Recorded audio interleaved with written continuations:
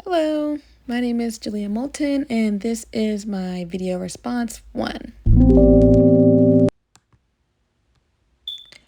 The first question is, how would I describe or interpret collective trauma for someone who just went through a disaster? First things first is I would let them know that collective trauma impacts entire groups of people, communities, or societies. So it's not something that's an individual experience. It's also interesting in the fact that not only does it bring distress and negative consequences to individuals, but it changes the entire structure of the community.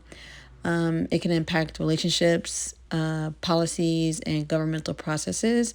It alters the way that society overall functions. It even changes social norms. I would give them examples like 9/11 or COVID-19, just something that they can be familiar with. I would also mention while these things are under horrible circumstances, just like 9/11 and COVID-19, we do get through them as a community. When dealing with someone who just went through a disaster, you want to show empathy and compassion.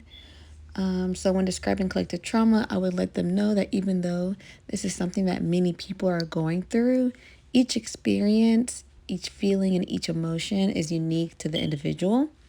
I believe this will, one, let them know that they're not alone in this situation, and two, the feelings that they have are still very much valid, even though there might be an entire community or society who's also going through the same thing.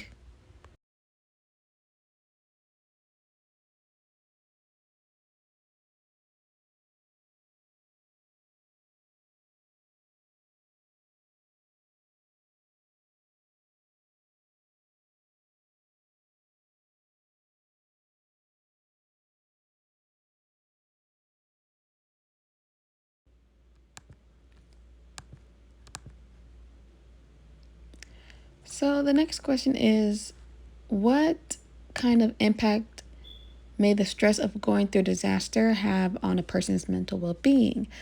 I decided to focus on what I consider the big three. So the first one is disaster can impact the well-being with anxiety.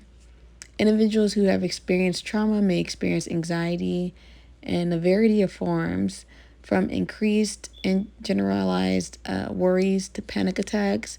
They may also experience avoidance of social situations that may be more related to the disaster, avoidance of it's naturally reinforcing because individuals who avoid anxiety provoking situations or thoughts experience a decrease in anxiety, but that cycle of avoidance become particularly impairing if left untreated.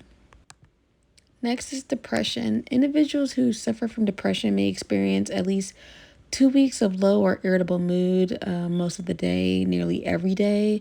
They'll lack positive emotions, alterations in appetite may appear.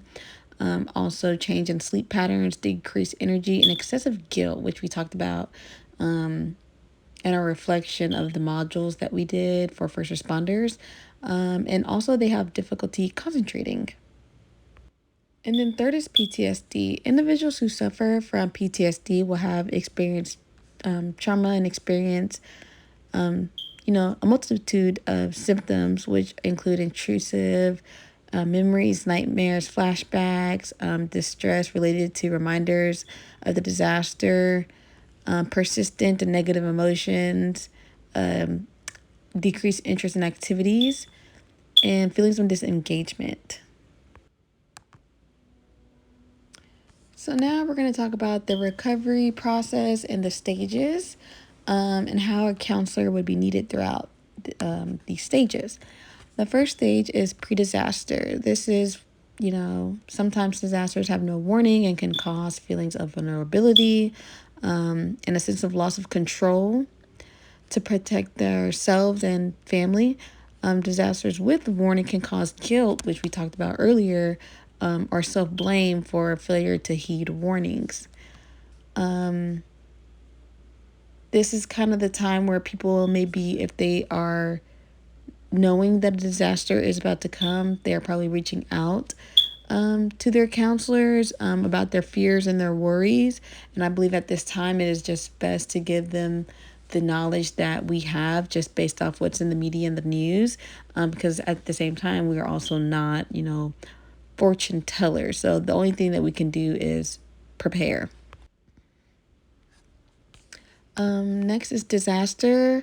The disasters have psychological effects that are rapid and dangerous. The reactions range from shock to panic, initial confusion, and disbelief, followed by focus on self preservation and family protection. This is kind of when we're all in the midst of it. So we're just kind of trying to do our best to keep ourselves and one another safe. Heroic phase is characterized by high level activity with low level productivity. Community members exhibit adrenaline induced rescue behavior. This phase often passes fairly quickly. This is probably a phase where people are wanting to get out and do things very quickly, like at the spur of the moment. And as counselors, I believe it's our duty to let them know that, that's also important, but we also have to think rationally and what we can actually do to help. Next, we have the honeymoon phase. Disaster assistance is readily available during this phase. Community bonding occurs. Optimism exists, and everything is believed to return to normal quickly. This is kind of where we've kind of moved out of that heroic phase and are thinking more rationally. So, as counselors, this is a point where we can check in, like, with our clients, like, what have you done? What do you still need to do? How can we be there for you? And things like that. The next phase is disillusionment. This is where communities and individuals realize the limits of the disaster assistance. Optimism turns into discouragement, and stress continues to take a toll. Negative reactions, such as physical exhaustion or substance abuse, begin to surface. The gap between need and assistance leads to feelings of abandonment as well. This would be a time for counselors to talk with our clients and ask them how they're feeling, because it's kind of where the reality sets in of everything, and what they're doing to cope, just to make sure, we're not abusing any substances. And it doesn't have to be illicit either. Just like, are we taking care of ourselves? Are we sleeping well? Are we eating healthy? And lastly, the reconstruction phase. An overall feeling of recovery, individuals and communities begin to assume responsibility for rebuilding their lives, and people adjust to the new normal while continue to grieve loss. And this is just a time for counselors to kind of follow up with their clients and ask them, how does their new normal feel? And if there's things that they miss as well within their new normal.